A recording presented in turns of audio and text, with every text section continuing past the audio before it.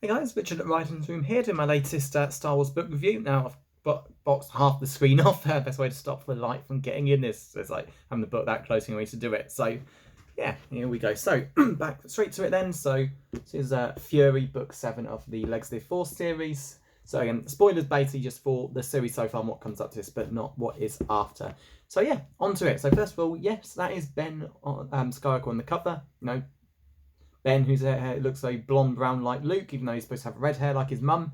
Um, but no, apparently it is visually. I know he dyed his hair in the previous one, but he undyed it, and he doesn't in this book yet. They've got his hair like that. I have no idea. Probably to make you think it's Luke. If you like Luke's son, if you hadn't really read the books or just skipped that, he's meant to look. His hair is the same as Mara's, but what you do. So on to this then. So yeah, not the biggest fan at all of Legacy of Force, although definitely improved with the previous book, Inferno, which had Luke on the cover. That's a very good one.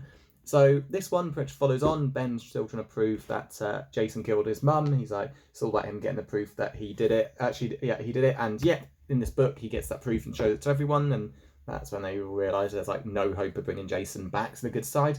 So yeah, that's kind of his story, working with Captain Sheevu, which is pretty cool because he's a good character, and it's good to see that Jacen thought he was on his side and he's not. He turned against him just like everyone else. So yeah, while Ben's trying to get proof of this, we finally say goodbye to Alema Ra. Thank God. I mentioned the previously that I hated how she basically escaped from like 7-ish main characters. 4 or 5 or something. That was just a complete joke. Here, she finally doesn't get away. Yeah, there's a team sent after her. Jaina, Zek, Jag, and I think no, I don't think Han and Leia aren't there because though they're in the Novel, but they're not part of that. No, and surprisingly, it's Jag that kills her. The Beskar gauntlet that Boba Fett sent, he uses it. It's like pretty cool. You just assumed it would be Leia because she was after in the Darkness trilogy, but nope. I thought, okay, maybe Jaina, but nah, she's been saved for Jacen, right?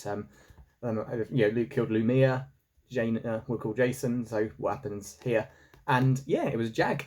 He basically tricks her. He basically booby traps his weapon, which she like disarms him with, blowing her hands up, and then he just breaks her neck with one twist of the Beskar armor, which is just one squeeze, which is just really cool because I never expected that. And yeah, clearly don't have to be forced users to take out Jedi, just extremely good thinking and great weapons. And yeah, that was pretty cool. And yeah, thank God Alema just lived way too long. And I like that, we get her discovering that this Sith, like this group are calling themselves the One Sith. I still don't know how that works exactly. And they're all just linked massively to one, but as the Sith history goes, the Sith don't take orders, especially if they think they're more powerful than the high-ranking one.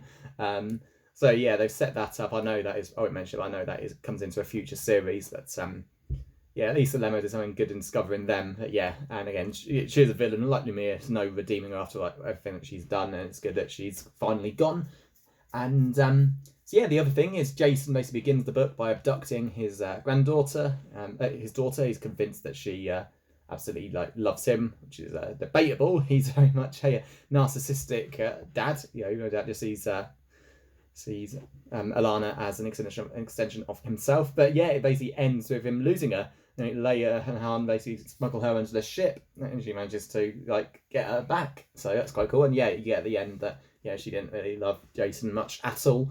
So yeah, that's a good ending. Seeing that happens here. The only problem is Jacen has now nothing to lose whatsoever. I still haven't publicly revealed he's a Sith Lord called Darth Caedus yet, but yeah, that's his belief that he's doing everything for the right reasons. It's all wrong. There's no way he's doing anything for the good of the galaxy anymore. It may have started like that, and I still dislike though the entire plot. I mean, Jacen basically thinking the Sith are the only way to have a peaceful in order galaxy is just a huge insult to everything his parents have gone through, especially Leia witnessing her planet getting blown up.